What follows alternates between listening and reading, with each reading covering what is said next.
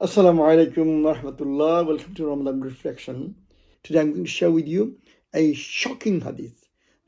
This hadith will leave you in shock. I haven't heard any alim or shaykh or imam speaking on this issue lying in this hadith. So please do watch this hadith through to the end and of course share with your friends and contacts. This hadith is the 35th number hadith of Arba'in al-Nawawi, the 40 hadith of Imam al-Nawawi. عن أبي هريرة رضي الله عنه قال قال رسول الله صلى الله عليه وسلم, narrated by Abu Hurairah رضي الله عنه, Rasulullah صلى الله عليه وسلم said, لا تحاسدوا, do not be jealous of each other. ولا تناجشوا, and do not inflate prices for each other. So do not be jealous of each other, meaning you cannot be jealous of your brother's qualities, your brother's more than you. You cannot be jealous of your brother's properties, that he has more than you. You cannot be jealous of your brother's anything worldly, that he has more than you. But what's happening every single day? It's a regular phenomenon to be jealous of your brother's qualities, especially qualities. When a brother has more quality than other brother, they try to suppress them. They try their best to not grow them in the society. This is what's happening every single day.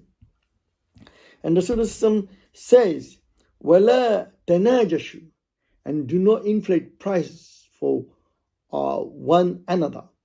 So you're selling things, and your brother comes to buy things. Do not inflate the price. So this goes beyond their reach to afford it. So it has to be within the limit of your brother's selling capacity, purchasing power.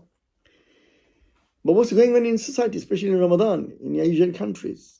People increase prices during the month of Ramadan. They can't buy. When the month of Ramadan, people should be more kind, more merciful, and they are trying to make more money by exploiting literally their brothers. So you see every single point in the hadith tells you see the opposite picture in the society. وَلَا تَبَاغَدُوا, and do not hate each other.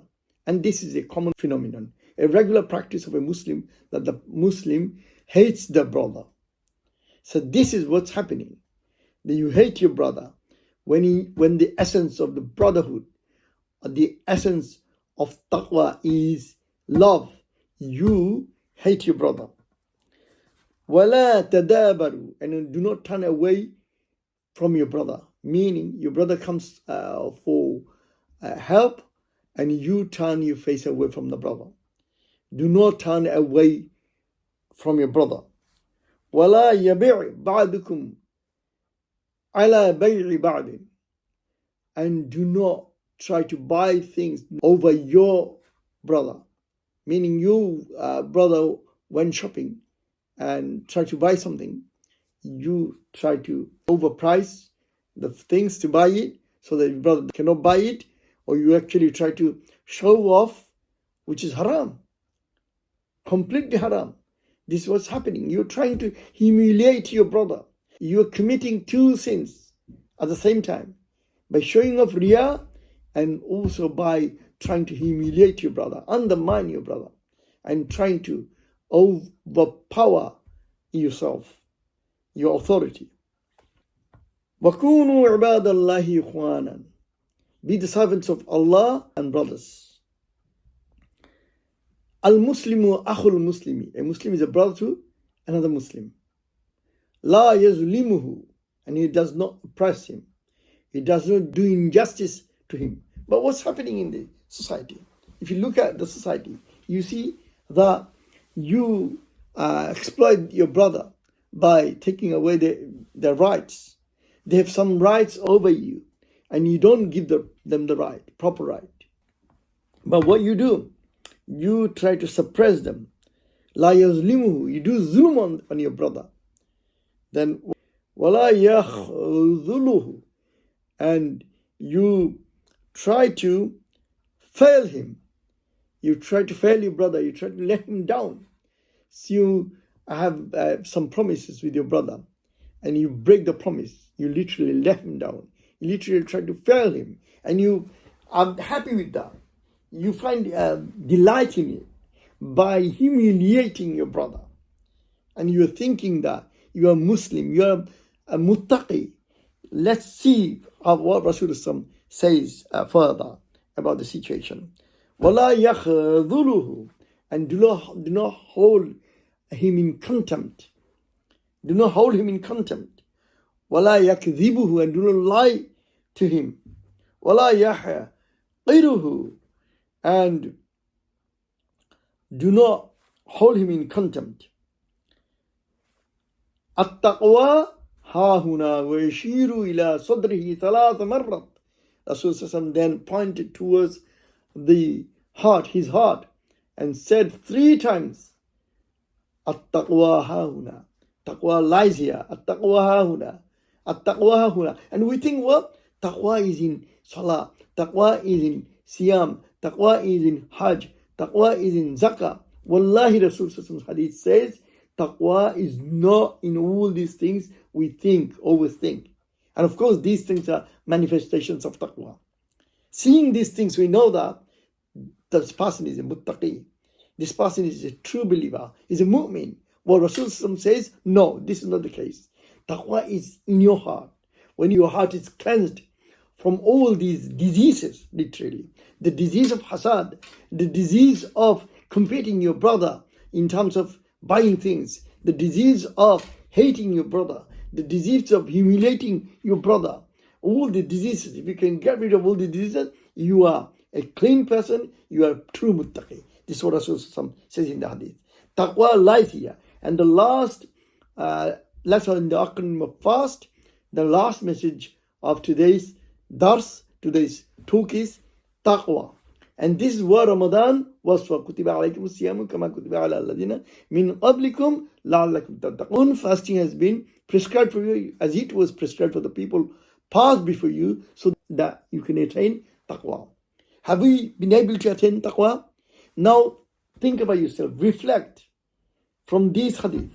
Have you been able to attain taqwa? You all just lip service. The taqwa, the iman does not go down to your heart. A group of Bedouin came to Rasulullah after accepting Islam. قالت الأعراب آمنا. Allah quotes in Surah Al-Hujurat, the incident. The Bedouin came to Rasulullah, they said, Amanna, we believe in Allah, we have accepted Iman, we are believers. Rasulullah says, قُلْ لَمْ تُؤْمِنُوا. Tell them, no, you haven't been a true believer yet. وَلَكِنْ قُولُوا أَسْلَمْنَا. You rather say that you accepted Islam. فَلَمَّا يَدْخُلِ الْإِيمَانُ فِي قُلُوبِكُمْ. Iman has not entered into your heart. Iman has not entered into your heart. So to let Iman enter to the bottom of your heart, you need to cleanse your heart from all these diseases. بِحَسْبِ امْرِئٍ مِّن شَرِّ أَنْ يَحْقِرَ أَخَاهُ الْمُسْلِمِ. For a person to be evil, to have evil in the person, this should suffice for a person that the person holds his brother in contempt. You hold your brother in contempt. You hate your brother. You try to let your brother down. You try to do zulm on your brother. Wallahi, Rasulullah Hadith says that it is sufficient for a person that will make you a sinner. That will make your heart to be filled with evils. Shar. So from this hadith, we've learned that we need to get rid of all these things, nasty things that will eat up our taqwa, that will destroy our iman. Allah help us to act upon all these things. Jazakumullah for listening, and definitely won't forget to share and subscribe. Assalamu alaikum wa rahmatullah.